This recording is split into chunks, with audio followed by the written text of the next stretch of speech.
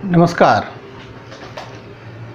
हमें आज़ादी मिली किंतु भिक्षाम देहि की तर्ज पर। आज़ादी के बाद सत्तासीन भी वे ही हुए जो इसी मंत्र का जाप करते थे। यही कारण रहा कि संघर्षशील और जुझारू क्रांतिवीरों की संघर्ष गाथा इतिहास के पन्नों में से गायब ही कर दी गई। क्या आज कोई कल्पना कर सकता है कि आज़ादी के पूर्व एक राजवंश में पैदा हुआ व्यक्ति ऐसा भी था जिसने लगातार 32 वर्ष निर्वासित जीवन जीते हुए समूचे यूरोप और एशिया का दौरा किया, विभिन्न शासकों से संपर्क किया और नेताजी सुभाष चंद्र बोस से भी बहुत पहले आज़ाद हिंद सरकार की स्थापना की। समानांतर सरकार कायम करने के इस प्रयत्न को दुनिया ने हैरत से देखा। आइए आज उसी क्रांतिवीर के जीवन पर एक नज़र डालें। 9 दिसंबर 1886 को मुरसान में जन्मे महेंद्र प्रताप को 2.5 वर्ष की उम्र में हाथरस के जाट राजा हरनारायण सिंह जी ने गोद ले लिया। वे वृंदावन में रहते थे तो स्वाभाविक ही इनका बाल्यकाल भी ब्रजभूमि में ही व्यतीत हुआ। 8 वर्ष के ही थे तभी इनके पालक पिताजी स्वर्ग सिधार गए और नाबालिग होने के कारण इन्हें हाथरस का राजा तो घोषित कर दिया गया, किंतु राज्य की व्यवस्था और जायदाद के प्रबंधन हेतु कोर्ट ऑफ वार्ड्स की नियुक्ति हुई। प्रारंभिक शिक्षा के बाद अलीगढ़ के मोहम्मदन एंग्लो ओरिएंटल कॉलेज से मैट्रिक और एफए करते समय ही महेंद्र प्रताप जी के संघर्षपूर्ण जीवन का श्री गणेश हो गया। एक पुलिस कांस्टेबल से विवाद हो जाने के कारण कॉलेज के अंग्रेज प्रिंसिपल ने एक विद्यार्थी को 3 माह के लिए कॉलेज से निकाल दिया। इस पर जबरदस्त छात्र आंदोलन हुआ। इस आंदोलन का और तो कोई विशेष परिणाम नहीं निकला। हाँ, छात्र नेता मानकर महेंद्र प्रताप जी को अवश्य कॉलेज से निष्कासित कर दिया गया। पढ़ाई छूटी तो विवाह हो गया और वह भी पंजाब के एक बड़े राज्य जींद के राजा की बहन से। जींद अर्थात पंजाब की सबसे प्रमुख 3 फुल्कियां रियासतों में से एक। आमोद प्रमोद के सभी सांसारिक साधन उपलब्ध होते हुए भी देश की स्थिति इन्हें व्याकुल कर रही थी।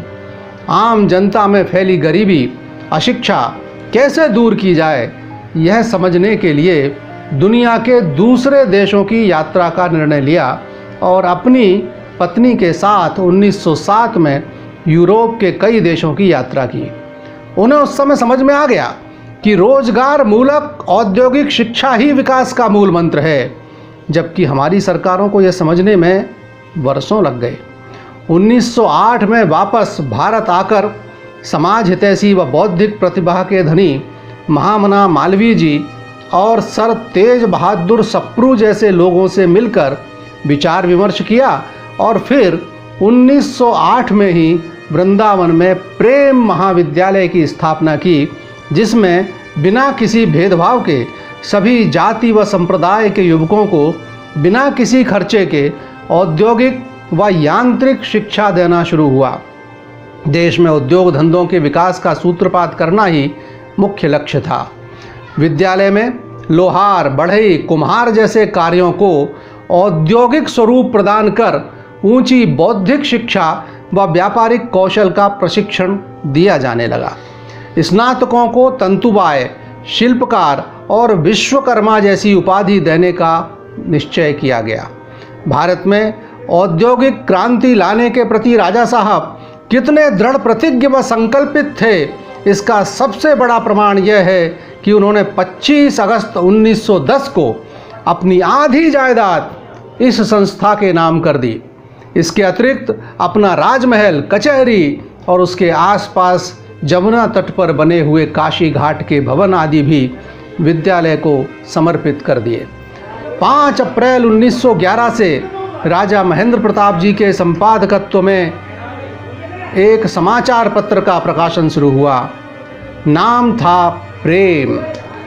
प्राणी मात्र के प्रति असीम प्रेम भाव मन में संजोए राजा महेंद्र प्रताप तो मानो अपना सब कुछ देश और समाज पर निछावर करने को उद्यत थे। अपने अनुभव बांटने और दूसरों से सलाह मशविरा कर और क्या कुछ समाज हित में किया जा सकता है, इस हेतु राजा साहब ने समूचे देश की यात्रा की।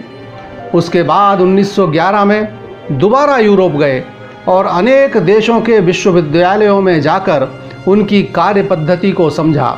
उसके बाद फिर भारत लौटे। यह वह दौर था जब सनातनियों और आर्य समाजियों के बीच गंभीर मनमुटाव चल रहा था। आर्य समाज की ओर से जब फर्रुखाबाद के गुरुकुल को वृंदावन लाने की योजना बनी, तब राजा साहब ने अपना बगीचा उन्हें प्रदान कर दिया, किंतु साथ ही यह भी स्पष्ट किया, मैं सनातनी होते हुए भी अपना बगीचा इसलिए प्रदान कर रहा हूं क्योंकि मैं चाहता हूं कि समाज में हम सब मिलकर काम करना सीखें। ऐसी दो टूक और बेलाग बात कोई शुद्ध हृदय का व्यक्ति ही कर सकता है। आर्य समाजी क्यों, उन्होंने तो अलीगढ़ मुस्लिम यूनिवर्सिटी को भी जमीन दान दी। उद्देश्य एक ही कि सभी समाज समरस रहें। 1914 में जब विश्व युद्ध की काली घटाएं संसार पर छा रही थीं, तब राजा साहब ने देश की आज़ादी के लिए कुछ कर गुजरने की ठानी। विद्यार्थी काल की दबी विद्रोही भावना पुनः सर उठाने लगी और फिर 20 दिसंबर 1914 को चल पड़े अपनी पत्नी बच्चों को छोड़कर एक अनिश्चित परिणाम वाले अभियान पर।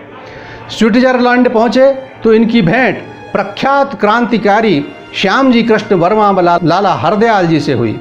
उनसे चर्चा के बाद मानो राजा जी परिव्राजक या यायावर ही हो गए।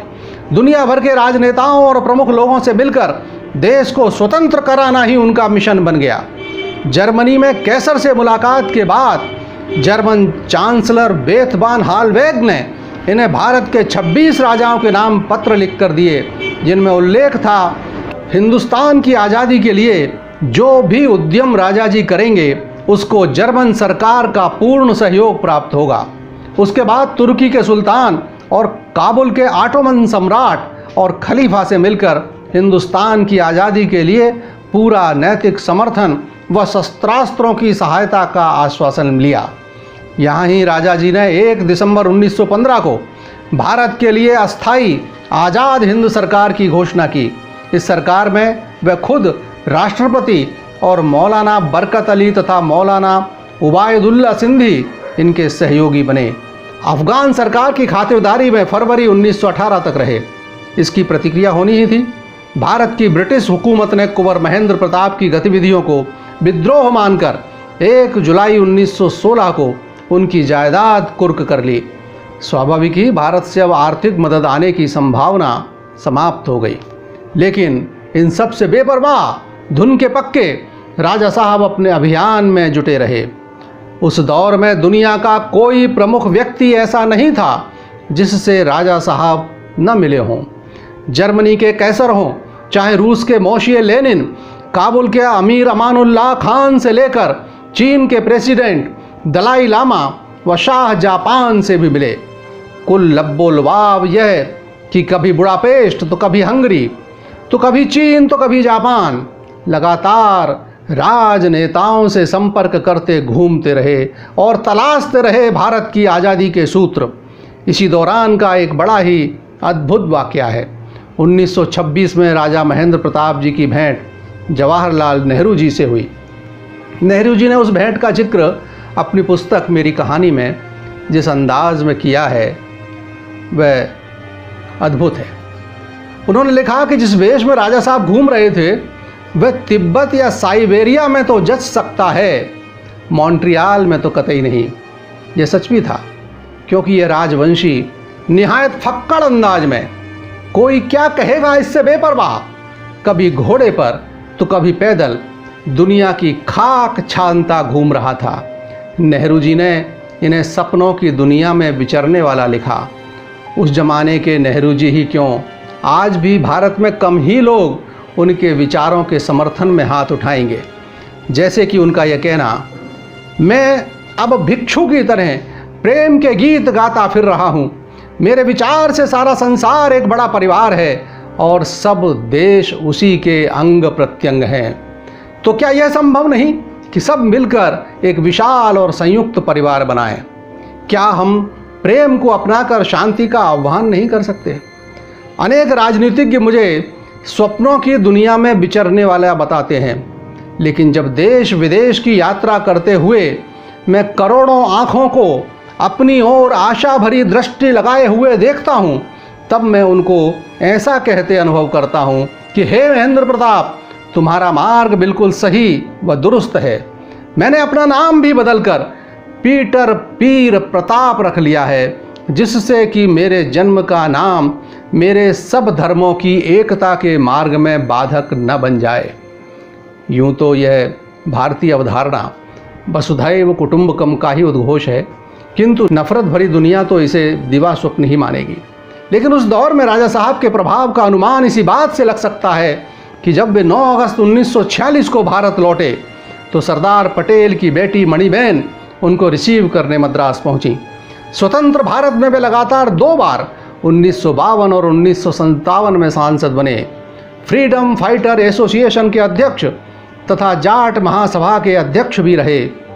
एक पुरानी कहावत है, एक साधे सब सधे, सब साधे सब जाए। ठेठ भाषा में कहें, जो स्वयं को सबका समझता है उसका कोई नहीं होता।